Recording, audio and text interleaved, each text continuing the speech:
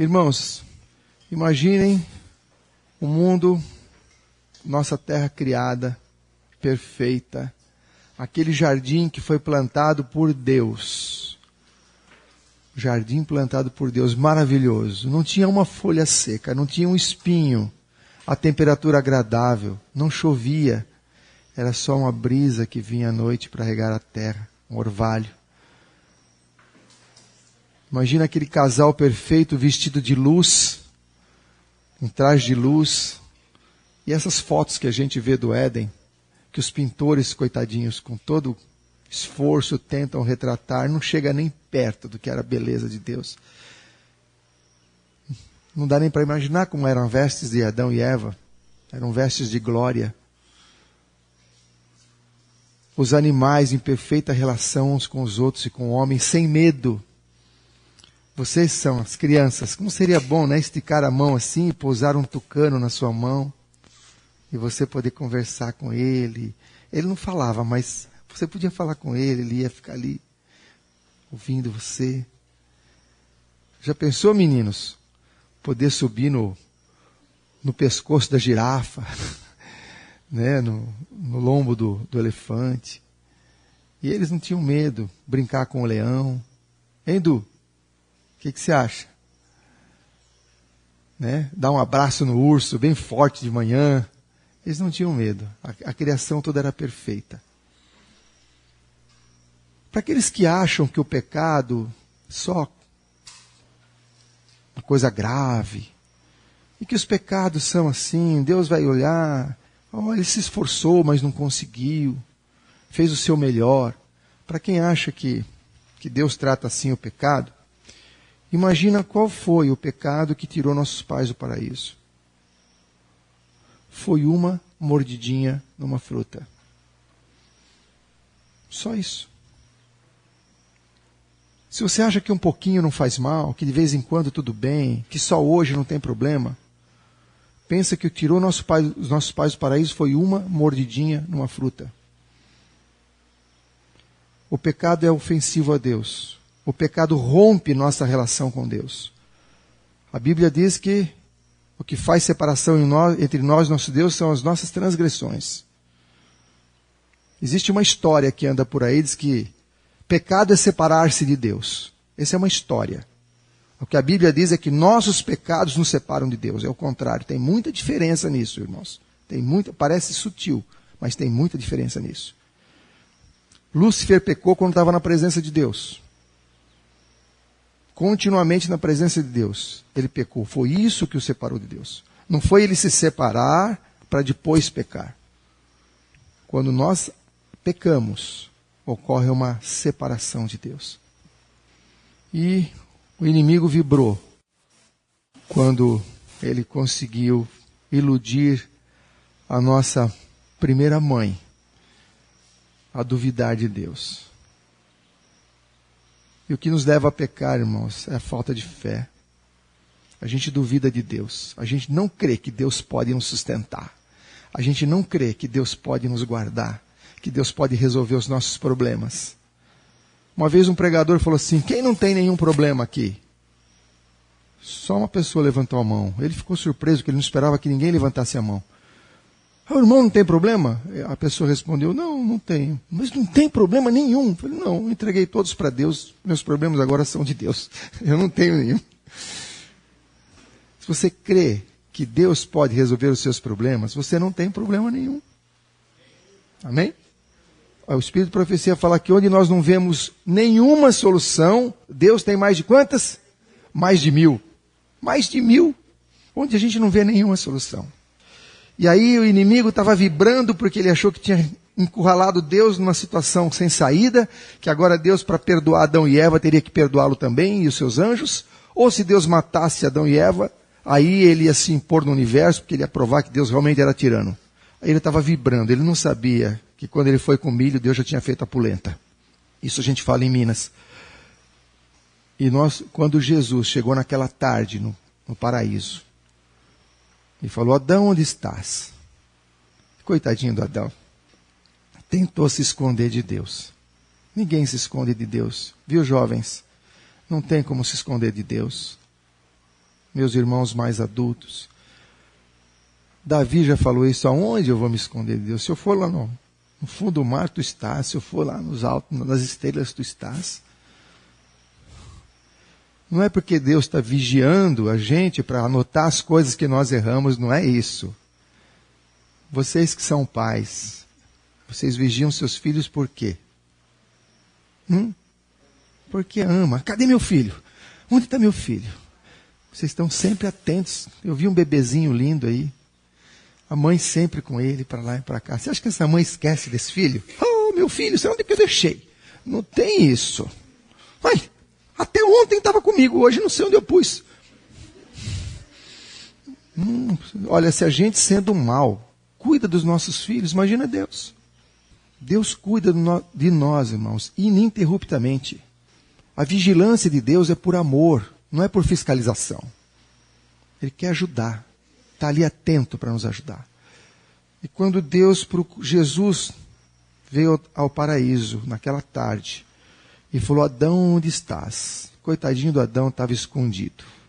Achou que estava escondido. E estava vestido de roupa de figueira. Quantas roupas de figueira nós fazemos, né, irmãos? A gente quer dar justificativas. Ah, não dá, para mim não dá. Olha, falta tanto tempo para me aposentar, eu tenho que ficar aqui ainda. Olha, eu tenho compromisso, eu tenho que cuidar da família, eu tenho despesa, eu tenho contas. A gente se enche de folhas de figueira, irmãos, para não fazer o que Deus pede. Vamos pensar melhor quando a gente for colocar roupas de figueira, folhas de figueira. Elas secam, elas mostram a nossa vergonha, porque é ridículo a gente mostrar justificativas para Deus diante de uma ordem dele. Porque quando Deus manda, junto com a ordem vem a promessa.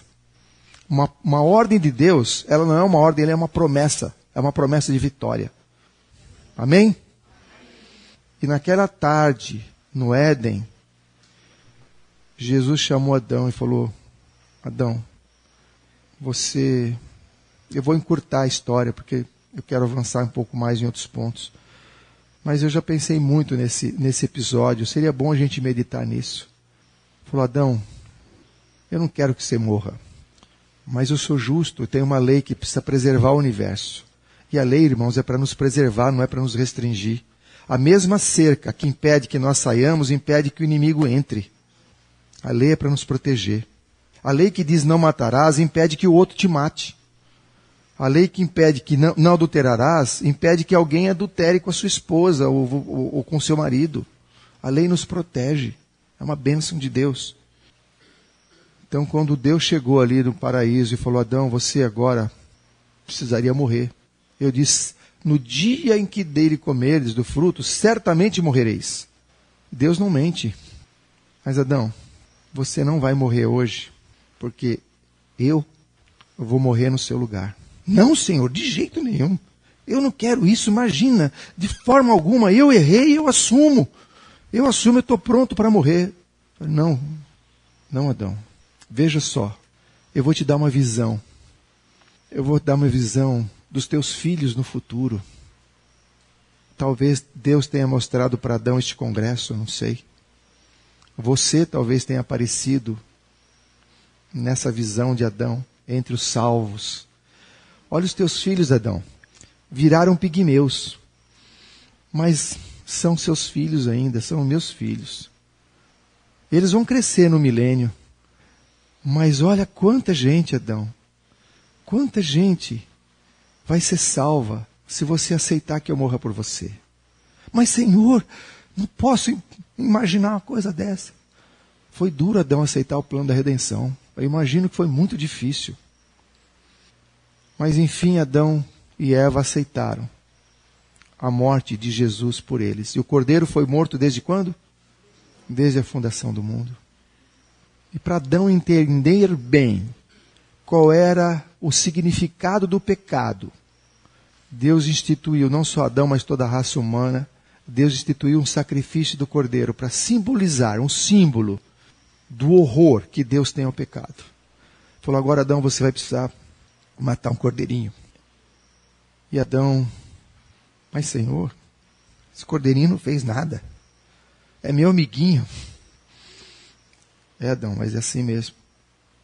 Aí, irmãos, imaginem a cena de Adão pegar um cordeirinho inocente que veio correndo nos seus braços e com suas próprias mãos ter que derramar o sangue inocente.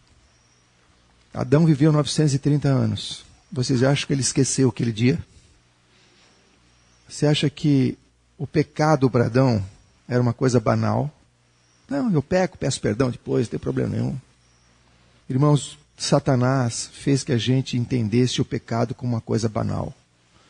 Todos os filmes que a gente assiste, todos os jornais na televisão que a gente vê, com cenas de erros, com cenas de pecado, adultério, chantagem, mentiras, assassinatos, tudo isso vai fazendo com que a gente considere o pecado uma coisa comum e banal. Mas o pecado não é comum e banal. O pecado crucificou o nosso Salvador.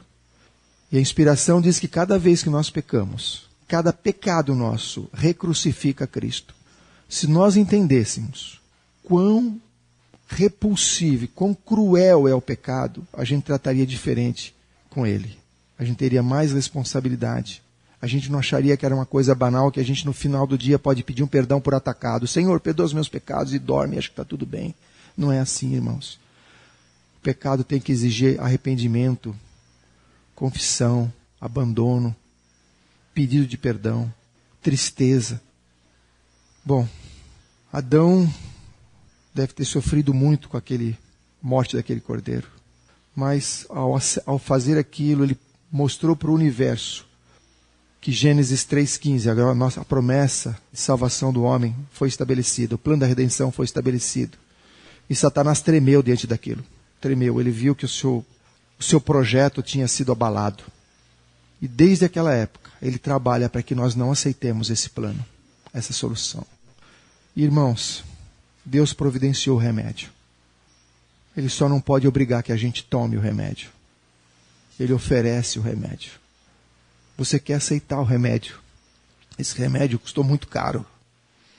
Ele custou a vida do nosso Deus. Você só precisa aceitar o remédio. O resto Deus faz. Ele nos dá força e poder para andar de acordo com a sua vontade. Ele nos capacita, nos orienta. Põe toda a hoste angélica à nossa disposição, se preciso for, para vencer um único pecado. Se nós cremos que o homossexual pode vencer o seu vício, por que a gente não crê que a gente pode deixar um alimento ruim como os que a gente já sabe que são ruins? Este item, isso eu não deixo. Isso é com o tempo, mais para frente. Será que Deus pode nos fazer também parar de criticar, parar de ter orgulho santo, nos achando que somos melhores que qualquer pessoa? Esse santo está entre aspas, tá, irmão? Não tem orgulho santo. Deus pode qualquer coisa, irmãos. Deus é capaz de nos dar a vida abundante aqui. Irmãos, depois do pecado, Adão viu cair a primeira folha.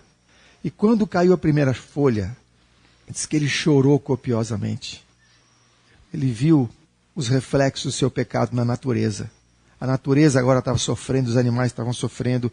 E eu queria mostrar para os irmãos uma coisa que depende de nós, depende da nossa escolha. Você pode olhar para os resultados do pecado e ser infeliz. E você pode olhar para as promessas de Deus e ser feliz. A felicidade e a infelicidade, elas dependem de para onde você olha. Todos nós estamos no mundo de pecado. Agora você vai olhar para quê? Para onde?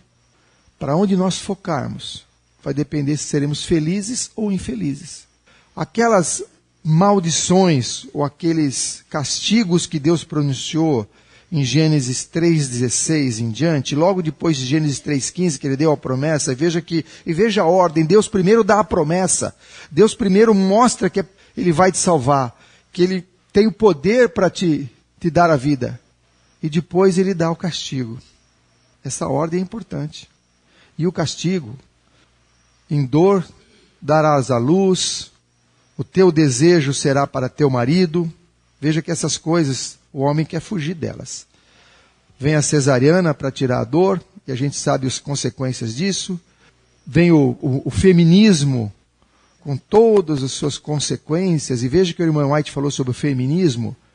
O teu desejo será para teu marido. Homens, nós somos o cabeça da família, nós somos o sacerdote do lar. Se o teu lar fraqueja espiritualmente, você é o responsável. Você que tem que erigir o altar da família e chamar os seus filhos e a sua esposa para o culto da manhã e o da noite. Você é o responsável por conduzir espiritualmente a tua casa. Se você está ausente e está trabalhando, em vez de estar ali para o culto da manhã e da noite, você está no lugar errado. E mesmo nessa época, depois de 6.000 anos de decadência, nós ainda podemos ver contrastes. Podemos ver a mão de Deus, que criou esse mundo e quer nos dar um mundo futuro. A nova terra, uma terra renovada. Farei novos céus e nova terra, onde habita a justiça. Olha que lindo, irmãos. As fotos são... Veja que lindo. Irmãos, a mão de Deus... Eu vou voltar um pouquinho nessa. O nascer do sol, um luar, reflexo na água. Olha as estrelas, coisa maravilhosa. Bom, isso vê quem está no sítio, né? Quem está no campo. Quem está na cidade só vê prédio, engarrafamento, buzina. Não dá para ver essas coisas. Veja só, irmãos. Um leão atrás das grades. Se você quer olhar no zoológico, você pode ver, mas é melhor ver o leão na savana, né? Solto, com a sua família. Imponente, livre. Quantas vezes Satanás quer nos colocar atrás das grades, atrás de um vício, atrás de um hábito que a gente não quer largar, e ele nos escraviza, mas Deus quer nos dar liberdade. E a liberdade está em Cristo, não tem outro local para a liberdade. Mesmo os pássaros, olha tadinho, fica ali sofrendo atrás dessas grades aqui, mas tem aqueles que estão voando em liberdade. E lá no sítio tem um monte de ararinha, aquelas maritacas, fazem ninho lá na nossa casa. É muito curioso. Elas roem o fio, às vezes, da curto-circuito, mas tudo bem. A gente entende que nós é que invadimos o lugar deles. Um urso no zoológico, tadinho, ele deve estar depressivo. Eu imagino que esse urso está com cara de depressivo. Olha, tá. O que eu vou fazer aqui? Só tem esse galinho para subir. Mas esse aqui está correndo. Tem animais que correm a 107. O guepardo corre a 107 km por hora. Mais que meu carro velho. Se você quiser olhar para árvores secas, para o resultado do pecado, é possível. Você vai encontrar muitas árvores secas. E às vezes, irmãos, quando nós olhamos para o nosso irmão, a gente às vezes vê o que tem de pior nele. A gente vê os seus defeitos, suas dificuldades. Quando a gente quer olhar para o cônjuge, como é difícil, né? A gente, quando casa, não sabe de todos os defeitos. A minha esposa ficou sabendo ao longo do tempo, já era tarde. A gente, durante o namoro, a gente dá uma maquiada, né? E depois, como é que vai fazer com os defeitos? Vai se arrepender? Não pode se arrepender. Diz que nenhum casal deveria achar que o seu casamento foi um erro. Isso está escrito, Lar Adventista. Ninguém deve dizer que o seu casamento foi um erro. Deus nos conduz através das dificuldades para aprimorar o nosso caráter. E se o nosso cônjuge tem sido uma prova para nós, louvado seja o Senhor. Porque nós vamos desenvolver a paciência, desenvolver outros atributos para conviver com o cônjuge, com aqueles defeitos. E vice-versa, não pense que você também não tem. Deus também está usando você para desenvolver caracteres no seu esposo, na sua esposa. Mas você pode olhar também para uma árvore frondosa, para as qualidades, ver as qualidades que as pessoas têm, ver o melhor que elas têm. Irmãos, vamos tentar procurar o que de melhor tem nas pessoas.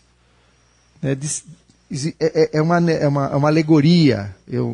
Isso não está escrito na Bíblia em nenhum lugar, mas a minha avó contava que Jesus, passando pelo caminho, tinha um cão morto, decomposto já, mal cheiroso, e os discípulos viravam a cara e resmungavam, e, que horrível, eca. Não sei se eles falavam eca, mas estavam ali com repulsa. Todos passaram e falaram uma coisa negativa sobre o cachorro. Diz que Jesus passou e falou assim: que lindos dentes. Até num cão morto, mal cheiroso, você ainda pode achar alguma coisa de bom. E a senhora White diz que teve uma aposta entre dois irmãos que falaram que um falou assim: olha, eu vou fazer a senhora White falar mal de alguém. Aí o outro apostou, falando, não fala mal de ninguém. Não, apostaram. E que ambos chegaram perto da irmã White, aí o que desafiou falou, irmão White, o que você acha do diabo? O outro falou, perdi. Agora perdi, não imaginei nisso, não pensei nisso. A irmã White falou o seguinte, se todos fossem perseverantes em fazer o bem, como ele é em fazer o mal, Jesus já tinha voltado. Irmãos, se até do diabo dá para achar alguma qualidade, no diabo dá para achar alguma qualidade, imagina nossos irmãos, nosso cônjuge, nossos amigos, no pastor, no líder da igreja, seja lá em quem for. Que nós possamos pedir a Deus essa virtude de procurar o melhor nas pessoas. Você pode olhar para um deserto ou pode ver o mar, com toda a sua vida, com toda a sua energia, com toda a sua beleza.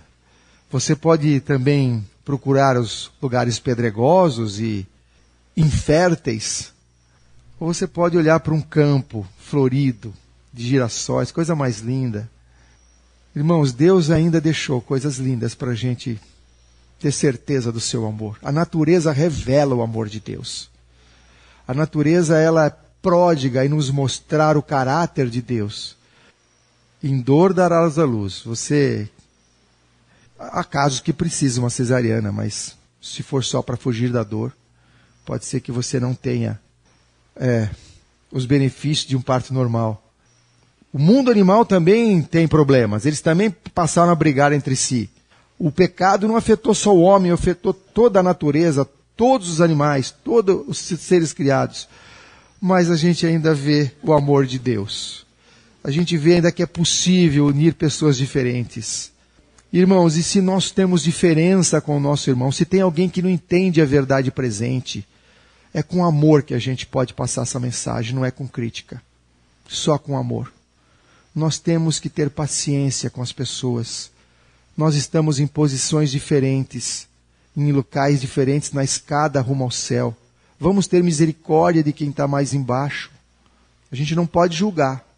O julgamento é só de Deus. Mas pelos frutos a gente vê que às vezes as pessoas não estão atentas às verdades. Agora imagine você, como é que você era algum tempo atrás? Como é que você recebeu a mensagem? Se alguém tivesse trazido a mensagem da verdade presente para mim, com crítica, me acusando, eu teria rejeitado. Que nós possamos fazer o mesmo com os nossos irmãos. Levar a mensagem com carinho, mesmo nas diferenças. Mesmo que tenhamos grande diferença como o gato e o cachorro, inimigos por tradição, mas nós podemos ser amigos pelo Espírito Santo. Nós podemos nos deliciar também nas iguarias do rei. As iguarias do rei, aquilo que nos enche os olhos e chama a atenção do nosso apetite pervertido. Nós podemos achar que só isso é gostoso e ter fartura. Então podemos olhar para aqueles coitadinhos que talvez ali não tem quase nada. E lembrar que Deus providenciou os alimentos para nós, não só para nos alimentar com saúde, mas para nós repartirmos com o próximo. Irmãos, às vezes eu lembro de ter orado assim, numa mesa farta, pedir para Deus abençoe o alimento e alimente também os coitadinhos que não têm. Não sei se vocês já ouviram essa oração. Irmãos, Deus não alimenta os coitadinhos que não têm. Ele nos usa para fazer isso. Deus nos abençoou para que nós abençoássemos os outros. Só que Deus dá essa incumbência para nós transferimos de volta para Deus. Senhor, o Senhor alimenta lá os coitadinhos, eu vou aqui me banquetear. Vamos lembrar de quando orar, não falar para Deus alimentar os coitadinhos, não. Senhor, me ajude, me capacite a alimentar os que não têm, a ser um conduto de bênçãos para os meus irmãos, para aqueles que são menos favorecidos. Nós temos que ser os instrumentos de Deus. Não só na palavra, como também nas necessidades. A beneficência, e quem não tem, compre aquele livro Beneficência Social, que é uma bênção, é a cunha que abre para a gente pregar o evangelho. Ninguém consegue pregar para alguém com fome, ele está com fome. Primeiro tem que alimentá-lo. Deus ministrava as necessidades físicas das pessoas, depois pregava. Você pode achar que isso aqui é o plano de Deus para você, que você tem uma missão ali, que você não pode sair dali, porque você está... Irmãos, Deus pode tudo, Ele tem 1000 soluções onde não temos nenhuma. Veja a diferença. Onde você quer estar? Você quer fazer parte desse complexo? Olha lá na frente como é que está nublado ali, aquilo ali é poluição. A água que você bebe, ela já foi esgoto. Olha que bênção, olha que lindo. Como é que pode ser a vida num e no outro lugar? Olha que lugar lindo. Como você pode servir melhor a Deus. Desenvolver um caráter à semelhança do Criador. Há contrastes, irmãos. Em toda a criação há contrastes. Hoje os animais, eles comem uns aos outros. E nós passamos a comer também os animais. E às vezes comemos uns aos outros com a nossa língua. Mas, olha que belezinha. Também tem aqueles que mostram o amor de Deus, que ainda são os vegetarianos. Até no mundo da criação, no mundo dos animais, a gente vê, né? Os animais vegetarianos, eles são mais calmos, né? Eles não são ferozes. Se você é muito irritado, briguento, lembra do coelhinho, tá bom? Vai ser uma boa terapia. Não precisa ir no psicólogo, não. Vai na alimentação do coelhinho, você vai ficar mais calmo. Pais, vocês que enchem seus filhos de açúcar, dão leite com Toddy de manhã, alimento açucarado, depois quer que o filho se comporte, não tem jeito.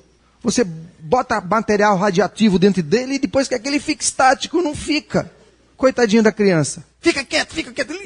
Por dentro ele está assim, ó, energizado, tudo, um tsunami dentro dele e você quer que ele fique quieto. Alimente ele com frutas, com pão integral, com alimentos integrais, ele vai ficar calmo.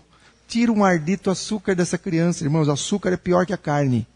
Açúcar é pior que a carne.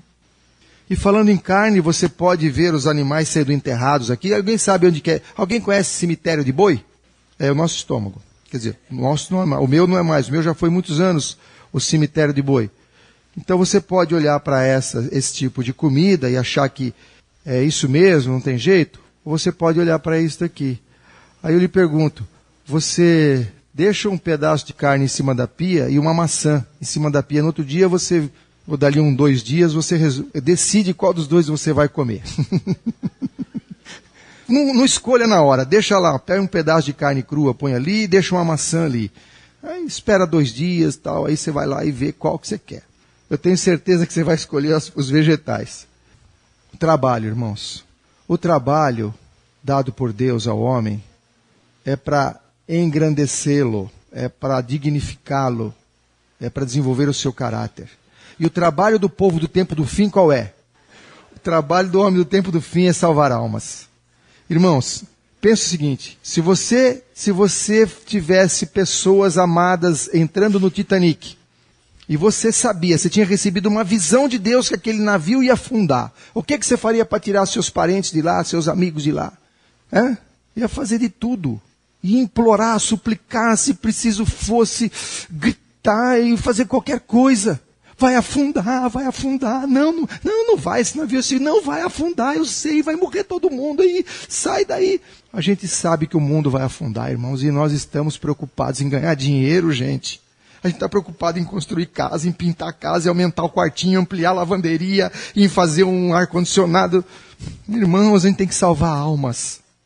Nós precisamos salvar pessoas que vão morrer. Os nossos filhos, irmãos, o que nós queremos para o nosso... meu filho vai ser engenheiro, vai ser doutor, vai ser não sei o quê, vai fazer isso, vai brilhar, vai ter sucesso, vai ter um bom emprego. Irmão, o seu filho tem que ser missionário. O seu filho tem que salvar pessoas do inferno e trazer para a luz. O seu filho precisa, sabe o que, irmão? Fazer valer o sacrifício de Jesus. Eu quero o meu filho sem diploma nenhum, mas quero no céu. E se for para ter diploma, que Deus o conduza no caminho que Ele quer, que pode, se Deus quer, irmão. A minha filha pode ser presidente da República, se Deus quer. Ele não fez isso com José. Tirou lá do calabouço e levou lá para a direção do Egito. Que faculdade tinha José? Não sou contra a faculdade, irmãos. Eu sou contra nós seguirmos esse caminho por egoísmo. Nós temos que ver o que Deus quer para a nossa vida. Qual é o plano de Deus para os nossos filhos. Leiam no Espírito de Profecia, a orientação da criança. Leiam os testemunhos, o que Deus quer para os nossos filhos do tempo do fim. Deus pode usá-lo, sim, na engenharia, no direito. Pode usá-lo como professor de qualquer matéria, como profissional em qualquer área. Deus pode usá-lo onde for. Se nós nos colocarmos na mão de Deus, Ele vai nos dirigir. Mas que os planos sejam de Deus e não os nossos. Nós não podemos fazer o plano e pedir a bênção de Deus para o plano. Nós temos que falar, Senhor, qual é o teu plano para a minha vida? E aí seguir nesse caminho. E os planos de Deus para nós, os pensamentos de Deus para nós são o quê? Mais altos do que os nossos. Se você acha legal trabalhar aqui, oh Senhor, que tristeza. É melhor trabalhar aqui. Olha a família trabalhando juntas, né? Que beleza. Os contrastes, irmãos. Pessoas necessitadas esperando a nossa partilha, né? E você, às vezes, comprando sapatos caros que custam um absurdo. E pessoas precisando, né, do mínimo necessário. Diante da morte, pessoas se desesperam, não tem esperança. Mas nós podemos levar essa esperança para elas, porque o cristão também sofre perdas, mas não se desespera. Porque ele tem a promessa que quando Jesus voltar, no sonido da trombeta, os justos ressuscitarão. Não sei se você perdeu alguém. Não sei se você tem um filho que já baixou a sepultura. Não sei se você tem alguém querido que já não está mais conosco. Mas a promessa de Deus é fiel. Ele vai trazer de volta aqueles que o serviram. E se nós formos levados à morte, nós não precisamos temer. Como diz a minha amiga Maísa Ribeiro, ninguém pode matar o que está morto. E se eu estou morto para o mundo, se o meu próprio eu está morto, eu estou em Cristo. Esse corpo aqui não é problema. Nós não temeremos a morte, assim como os 3 hebreus não temeram a fornalha. O nosso Deus a quem nos servimos é poderoso para nos guardar das tuas mãos, ó Rei. Mas se Ele não quiser nos guardar, nós vamos queimar assim mesmo. Mas diante da tua estátua nós não vamos ajoelhar. Nós estamos dispostos a não ajoelhar diante da estátua de Nabucodonosor. E falando em fornalha, eu lembrei de um trecho que diz: não fareis vossos filhos passar pela prova do fogo. O que era a prova do fogo no passado? Isso ainda existe em algumas tribos ainda. Recentemente eu vi isso aí. Um caminho de brasas, e o jovenzinho que está chegando à idade adulta, para se tornar, para ser aceito naquela sociedade como adulto, ele tem que caminhar sobre aquelas brasas. Sem chorar, sem correr, sem pular para trás, pular de lado, queimando os pés ali, para provar que é homem. Vocês acham isso o quê? O que vocês acham isso? Loucura, o que mais? Absurdo, ridículo. Mas nós fazemos isso com os nossos filhos, irmãos. Sabia? Nós fazemos com os nossos filhos. Só que Satanás só muda, Satanás não muda a estratégia, ele só muda o método. A estratégia é a mesma. Você põe teu filho para estudar numa escola a tempo integral, numa escola melhor da cidade, aí ele tem que se matar de estudar, e você põe ele num cursinho que ele arrepia, estuda dia e noite, não tem tempo para nada, não tem tempo para Deus, não tem tempo para exercício físico, não tem tempo para família. E para quê? Para entrar numa boa faculdade. Para quê? Para ser homem. Nós estamos pondo nossos filhos nas provas de fogo ainda. Não fareis vossos filhos passar pela prova de fogo.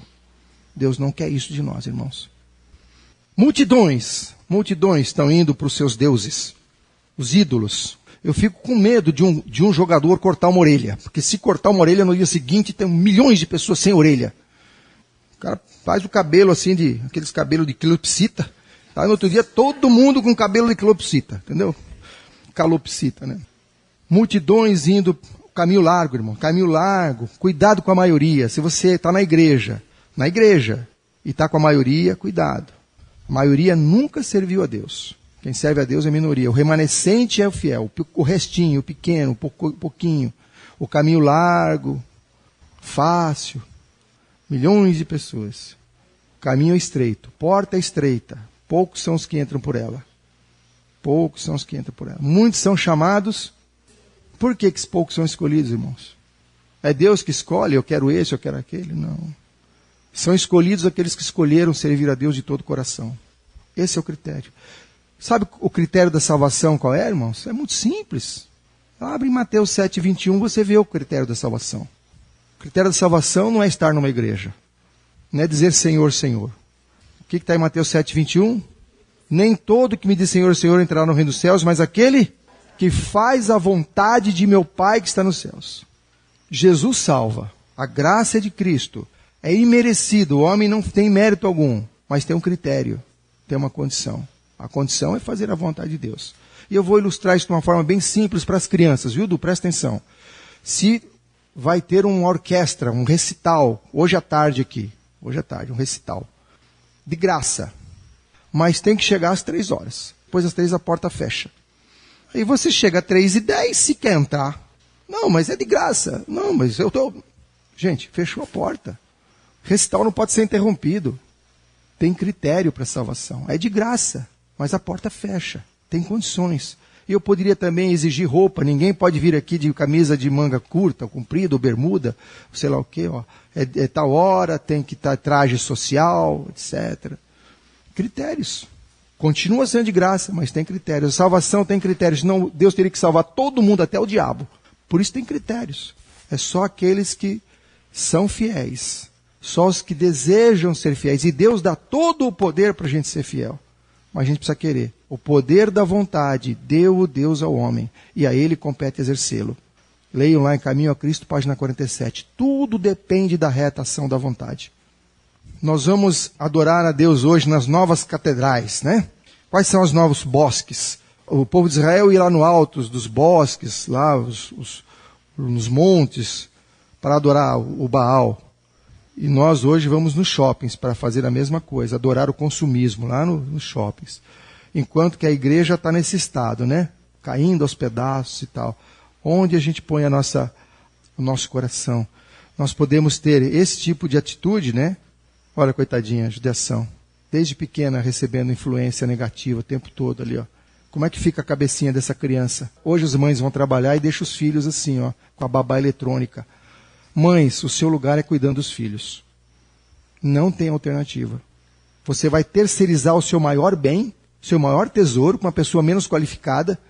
Não tem trabalho mais importante do que a educação dos filhos. Nem o trabalho do pastor é tão importante quanto da mãe no lar. Olha que belezinha. Se você mora num apartamento, não tem o que fazer com seu filho, já é difícil mesmo, uma casa. Mas olha lá, que beleza. Vai para o campo. Dá liberdade para o seu filho. Tão pouco. As crianças precisam de muito pouco. A minha netinha brinca com um saco plástico, uma folha de papel, uma fitinha. Brinca horas, olha aqui. Não precisa de presente caro não, irmão. Presente eletrônico, não sei o quê, coisa dos Estados Unidos. Não precisa nada disso, não. Uma florzinha, um sabugo. Agora está brincando com sabugo. Ela pega o sabugo e telefona. Muito baratinho um sabugo, viu? Você pode se adornar, né? Pode concentrar o seu coração nessas coisas, né? Ou você pode dedicar suas mãos ao trabalho do Senhor. Gastá-las para Deus. Aquele que quiser ganhar a sua vida, perda lá. Mas aquele que perder a sua vida por amor de mim, ganha lá. Quando nosso Salvador vier, o que nós vamos mostrar para Ele? O que nossas mãos fizeram? Eu ganhei muito dinheiro. Eu consegui 10 terrenos, 2 fazendas, 3 sítios, 5 carros. Não. Deus vai querer quantas almas você trouxe, irmão. O que você fez com seus filhos? Outros contrastes. Como é que você constrói o seu caráter? Tudo o que a gente faz, tudo. Não tem nada que não seja ponto de salvação. Toda escolha, todo instante nós estamos definindo se estamos do lado de Deus ou do inimigo. Eu não preciso nem dizer qual dessas 2 fotos nos aproximam de Deus. Ou preciso dizer? Ah, mas eu tenho direito ao lazer. Tem direito ao lazer. À recreação. Recreação que Deus disse como é. E por último, irmãos, o que nós queremos desse mundo? A quem nós queremos servir? O que nós estamos buscando? Grandezas? Nós queremos buscando status, buscando segurança financeira, buscando reconhecimento. O que nós estamos buscando? Eu quero ter segurança para minha família, eu preciso ter uma renda, eu preciso ter uma estabilidade, eu preciso ter... O filho do homem não tinha onde reclinar a cabeça. E é o rei do universo. Quero encerrar, irmãos, com 2 versos bíblicos. Um que Jesus falou a Marta. Marta, Marta, poucas coisas te são necessárias. Na verdade, uma só. Irmãos, o que é essa uma coisa necessária que Jesus falou para Marta? Uma coisa só é necessária, porque com ela vem todas as outras. E o último verso que eu queria deixar para os irmãos nessa manhã é a oração de Cristo. Que seja essa a minha e a sua oração diariamente. A oração que Jesus fez no Getsemane. Pai, não seja como eu quero, mas como tu queres. Essa oração, irmãos, seja a sua oração e a minha oração. Em cada decisão, cada escolha, cada momento da nossa vida, vamos suplicar para Deus que Ele nos ilumine, para que conheçamos qual é a vontade dEle, Pai, não seja como eu quero, mas como tu queres. Senhor, eu não entendo, eu não sei, eu fui ensinado assim, eu cresci assim, eu só enxergo isso como solução, como melhor, mas não seja como eu quero, mas como tu queres. Qual é o teu desejo para a minha vida? Se for para entrar na fornalha, eu entrarei com alegria no coração. Regozijai-vos sempre, orai sem cessar. Senhor nosso Deus, Pai de amor e bondade, nesse mundo, Senhor, estamos sempre diante de duas escolhas. Uma má, outra boa. Sabemos que mesmo o campo neutro é a escolha má. Por isso suplicamos que Teu Espírito fale aos nossos ouvidos, este é o caminho, andai nele. E ajuda-nos, Senhor, a não nos desviarmos nem para a direita nem para a esquerda. Pai querido, somos tão tardios de coração, de dura cerviz. Temos um coração cheio de egoísmo, mas suplicamos o Teu perdão. Suplicamos que o sangue de Jesus lave o nosso coração. Nos perdoe, Senhor. Tire de nós toda a vaidade, todo orgulho, todo egoísmo, toda a desconfiança de Ti, todo o apego às coisas mundanas, às coisas materiais. Que o Senhor nos liberte, Senhor. Faça uma cirurgia no nosso coração. Troque esse coração de pedra e coloque nele um coração de carne. E peço também, Pai, que escreva nesse coração de carne a Tua lei. Porque a Tua lei dentro do nosso coração é alegria. Ajuda-nos, Senhor, a Te amarmos de todo o nosso coração. A educarmos os nossos filhos para o céu, para a salvação de almas, para serem ganhadores de almas nesse mundo. Livra-nos, Senhor, do modelo do mundo, que o modelo do mundo não seja o nosso modelo, nem de moradia, nem de comida, nem de estilo de vida, nem de palavras, nem de pensamentos, mas que o nosso modelo seja unicamente Jesus, o nosso Senhor e Salvador. Essas bênçãos te pedimos, em nome daquele que nos amou e que deu a sua vida por nós desde a fundação do mundo, nosso querido Salvador e Senhor Jesus. Amém.